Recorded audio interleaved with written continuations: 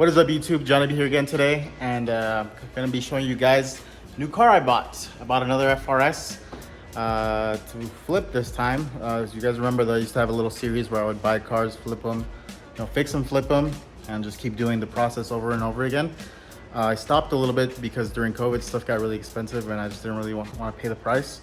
So I have been looking on the marketplace just because the auctions are still super expensive, at least compared to what I'm used to. Like for example, an IS300 like this one, we're talking like a 2004 with like 150,000 miles. I would pick up for like 2K, fix it up, flip it for like 5. But now ones like this in good condition are selling for like 7 at the auction, and then what am I supposed to sell it for, like 10? And it feels kind of bad to sell a car that's that old. Obviously it's a great car, but I don't know. Anyways, let me show you guys this car. So here it is. This is a 2013 FRS.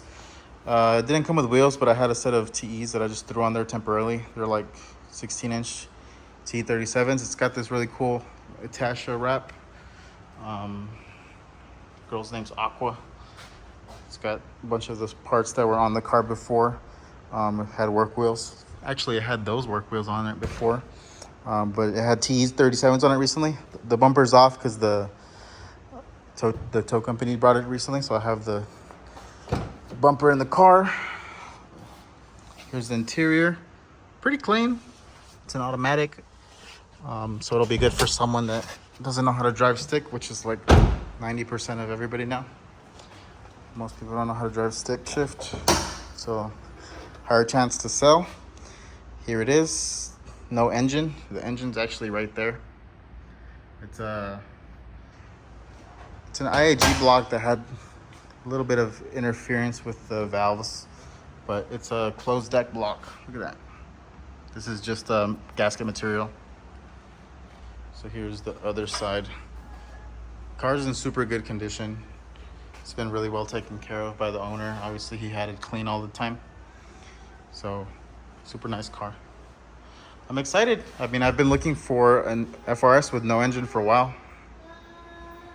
So now that we got the car here, I also recently went to Tucson. There's an engine there somewhere on top of the table. I have a fully stock F820 that I picked up, so we can go ahead and throw that in here, getting us a nice running car. I'll probably find some stock wheels because I don't want to leave it with the T37s. And yeah, we'll have a car for someone. Who knows how hard it is going to be sell like this. I know underneath the paint's all perfect as well. It's like a nice dark blue, but I'm gonna try to see if I can sell like this because this wrap is like super nice. The guy spent, he says this costs about like $5 to get done. So, and I believe him. The quality on the material is like super nice. He's had it on the car for like a year or two and it's still shining like crazy. Apart from, living here in Arizona, wraps usually tend to fade right away. But I guess this is gonna be the project for a little bit. So we're gonna have to put BRZ on hold just for a little bit while we get this thing up and running. And putting it back to stock as well, because it's got like tail lights, it's got an exhaust, it's got an aluminum drive shaft, it got a bunch of stuff. So I'm just gonna put it all back to stock 100%. That way, they get the best deal possible, and then I have parts to sell and make some extra money. All right, well, in the next clip we will throw an engine in this thing. All right, so it's time to start working on the FRS. We got some stuff we got to remove. First and foremost, I want to get the engine in, so I'll probably wait on removing the suspension. I want to remove the radiator. I believe it has a CSF radiator. So we're going to go ahead and remove that, put a stock one on there. It's got these Mishimoto hoses. I might leave those on there. I don't really care too much for them. Yeah, I mean, that's it. There's not really much in here. We're obviously going to take off the exhaust as well, so that'll probably be a thing I remove before we throw the engine in. I also want to give it a nice little like detail, get all the oil. It's got like oil over everything. The subframe is all caked in oil, so is the frame rails.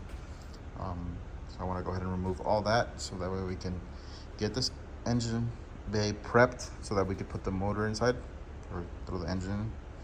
And yeah, so I guess we'll start by removing this and taking out the radiator. So since the engine out of this car is in pieces, We're gonna go ahead and put the other engine that I talked about, but the only issue is that this engine is out of a manual car, and this car is an automatic, which means we need to swap over a couple things. I didn't want to remove the intake, but I figured it'd be easier to just do it because the manuals have a block-off plate right here for a little thermostat for the transmission oil cooler, and then they don't have a secondary water line down here. It's plugged on the manuals, so I gotta make it into a usable water line that also hooks up to the oil cooler. One of the other things that we did is this vacuum pump. The manuals just have a plate there. The automatics have this little pump that runs off of the cam, and it uses that to feed vacuum to the brake booster, which the manuals usually just hook straight up to the intake, but the automatics don't, so we had to swap that over. Another thing we had to swap over was the flywheel. The flywheel, or technically, is this even a flywheel? I think it's called a flex plate for automatics. So the flex plate had to be swapped over. The clutch and everything was removed off this engine already, so that was easy to put on. So it's just minimal things that you have to swap over, but it is a lot of extra work versus just buying an engine that's already the same transmission setup.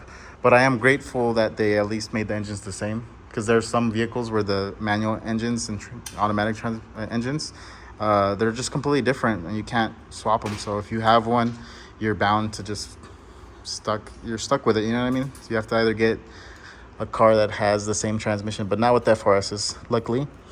So that's why I was happy to do it. I picked up this engine for a really good deal, so I wanted to use it for something. I actually bought this engine like a month ago, right, Tony? It's been like 3 weeks? Like 3 weeks ago? About 3 weeks. I bought the engine and I was like, for a customer or if I find a car. And I've been looking on Facebook Marketplace forever for an FRS without an engine. And I just had no luck. I kept getting them stolen from me because I guess someone would get it first, you know. But luckily I was able to convince a customer to sell me his with the blown engine.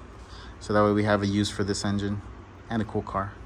So Tony's here helping me out with this. We're gonna finish this up and then we're gonna put the engine into the car. So me and Tony are here looking at the engine as we're working on it, cleaning up that piece, which is like the water passages. That way we have the thermostat for the auto.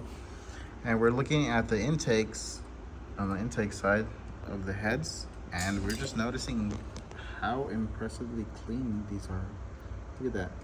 You see the valves? They're like, the light from the camera is shining off of the valves. Valve stems, yeah. Yeah, so the valve stems and the valves, like the actual like valve, the bottom piece. Nothing in there. It's clean. There was a little bit at the top, but it just wiped right off. Just on the edges. Yeah. Last time we put an engine together, this was caked in there that we had to like scrape it for hours. To try to get all that out. And this is clean. You know, the engine might be dirty on the outside just because when stuff lands on top, it just stays there. But the inside of the engine is super nice. Same thing with the coolant passages. This guy always ran coolant through it and it's like super clean. So this engine is like really well taken care of.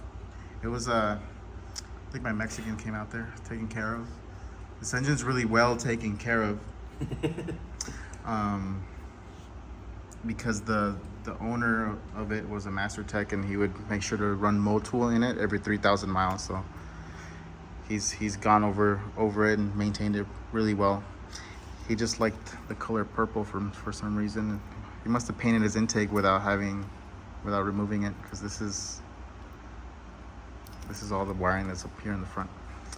All right, well, that's up next to put on. Yes, sir. All right, let's get this ready. Engine's all put together with all the auto stuff on it. We cleaned it up, made sure everything's nice, and now we're ready to put it into the car. Ready to mate it up. Double checking everything, and everything looks good. I power washed the engine bay a bit as well, make sure everything was nice and clean. See how clean everything is. So let's go ahead and put it in there. All right, let's get this engine in. Take it down slowly.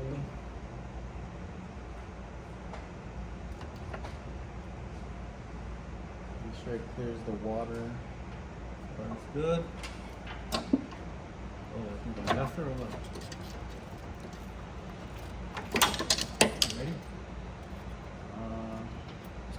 slow it down. Woo.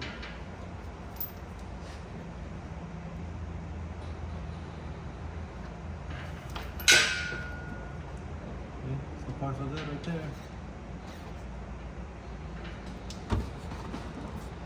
Slow down. It's close, huh? Pretty close.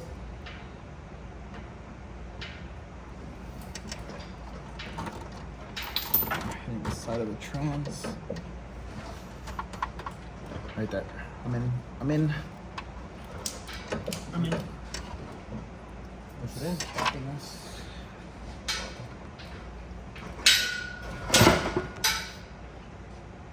We got the engine in.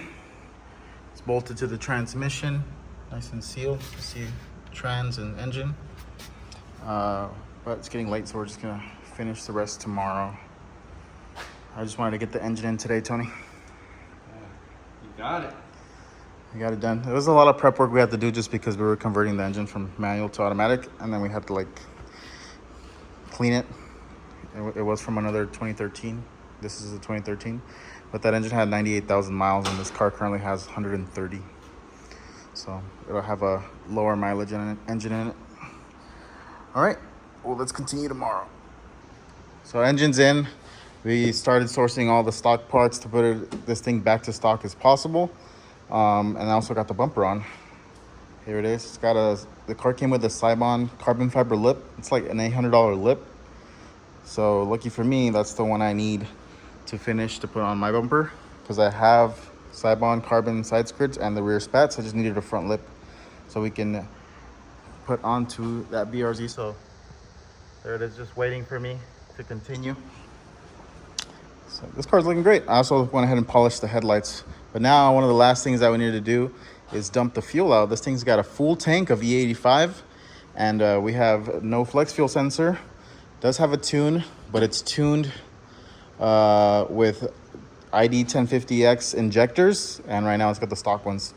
If it didn't have those injectors, I could just throw on a map sensor, a 3-bar map sensor, and the car would turn on. It'd run with the E85, no problem. We could use it. But since I don't have that, I would have to pay like $200-300 to get a tune to run the E85 that's in there, and then it's just like spending extra money that we don't need to spend. So I'm gonna take the fuel out. I'm gonna give the E85 to my brother. I'm gonna put it in those containers, and then we're just gonna put regular gasoline in here, not worry about a tune. Or I'm gonna put a stock tune in it just because I have that capability with ECU Tech. Since I upload tunes for customers, I also have the availability of putting in stock tunes to revert their cars back to stock once they decide to sell them. So let's go ahead and siphon some fuel up, Tony. I'm gonna need your help for this though. So to siphon the fuel, I'm just gonna remove the fuel pump. I feel like that'll be easy way to get it all out. So I'm just gonna go ahead and remove this. I'm gonna use that pump, and then we're just gonna pump it into both of those containers there. Got the fuel pump off, and we're getting it all out. One way to do it. Yeah, we could siphon it, but I don't have a hose long enough. And I don't want to, usually when you siphon, I always end up having gas in my mouth. Does that ever happen to you? Yeah. I don't like that, so Best mouthwash. we're going to do it this way. It kills all the germs and everything inside your mouth. It also kills you. With a bad taste. All right, well, we're going to finish this up. Get all this E85 out of here. Well, it was taking forever, so we decided to siphon it, but we used the pump to do the suction. So he says. Is it going faster? I mean, you tried it first, but it didn't work. Yeah, that didn't work. Oh, that's nasty. It's E85 is actually drinkable. Do you know that? Am I gonna get drunk over this? Yeah, it's literally corn alcohol. Except they mix it with 15% regular gasoline, so it's not, I guess edible or drinkable. So it's not drinkable. You gotta taste everything. But if you take, straight 100% E85, or I guess not E85 because it's just ethanol, would be the proper term. That's how much we love cars. We're willing to suck the juices out, I guess. All right, well, let me double check over here, make sure we're not running out of fuel. So now that we're done with removing all the fuel, I gotta put a stock tune in it first, and I identified the ECU. Looks like it found a matching ROM file that I have, which means I should be able to do this. Okay, never mind. Which means that's the one I'm gonna need to put onto the car. So let's go ahead and load a tune.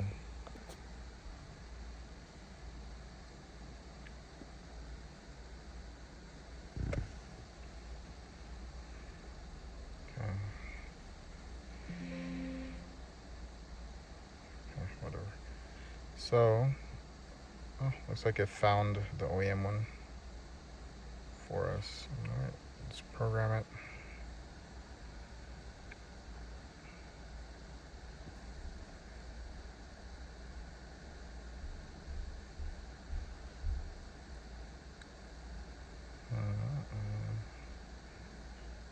It's loading, so it's putting on the stock tune.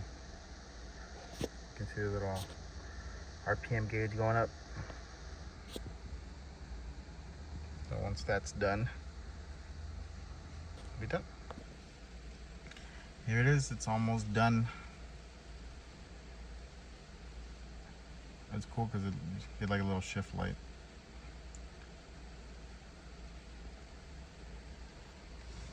Alright, switch ignition off.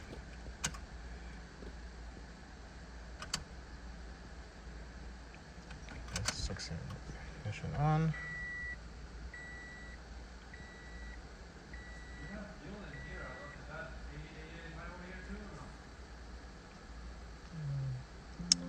Let's clear DTCs.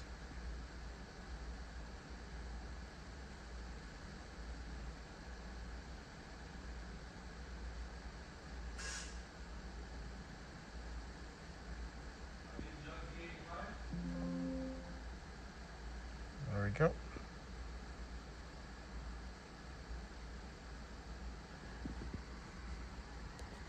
So here we are. Car's fully put back to stock. Got the front bumper on. It's looking good. And now we just gotta see if it starts, Tony. Key in there, sir? I don't know where the key's at actually. Here you go, sir. Thank you.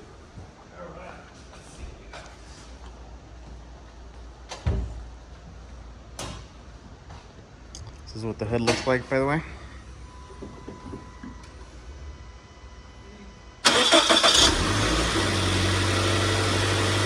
It's alive!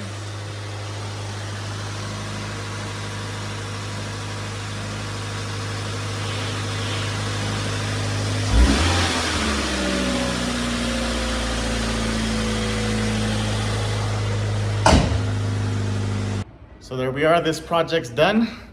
And let's get, and now that this project's done, also put an engine in that car. That one's done. Now I can hopefully get started on my project car, and then maybe Tony can get started on his, since we'll have some cars out of the shop. A lot of work. Yeah. And a lot of busy weeks. A lot of work, and we gotta clean the shop up because there's a bunch of stuff everywhere. So we'll see you guys later. This will be the end of the video, and next video we'll be working on that car. So we out.